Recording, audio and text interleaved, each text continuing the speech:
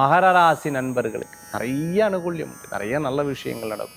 உற்றார் உறவினருடைய உதவிகள் கண்டிப்பாக இருக்கும். சின்ன சின்ன விஷயங்களில் கோபித்துக் கொள்வதை தவிர்த்து கொள்வது நல்லது. சிறு பிரயாணம், தூர பிரயாணம், வெளியூர் பிரயாணம் லாப பிரயாணமாக மாறும்.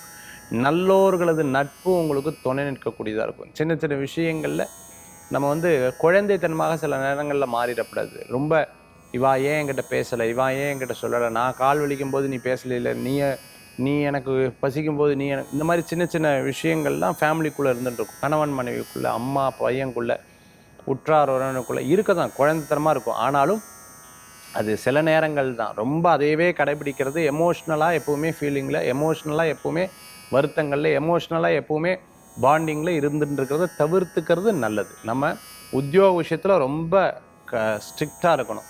மகர ராசி அன்பர்கள் பத்திரிகையாளராக இருந்தாலும், ஜேர்னலிஸ்டாக இருந்துட்டுருக்கோம், டிவி தொலைக்காட்சியில் ஒர்க் பண்ணிட்டுருக்கோம், சினிமா நட்சத்திரமாக இருந்துட்டு இருக்கிறவங்க, மிகப்பெரிய நிறுவனம் நடத்திட்டு இருக்கோம், ஜிம்மு நடத்திட்டு இருக்கவங்க, யோகா ஆசிரியராக இருந்துட்டு இருக்கிறவங்களுக்கு, கோயில் வச்சுட்டு இருக்கோம், ட்ரஸ்ட் வச்சுட்டு இருக்கிறவங்களுக்கு, மிகப்பெரிய நிறுவனம் நடத்திட்டு இருக்கிறவங்களுக்கெல்லாம் அனுகூல்யம் தரக்கூடிய நல்ல நாள். இன்றைய தினத்தில் வழிபடக்கூடிய தெய்வம் மகாலட்சுமி வழிபாடு.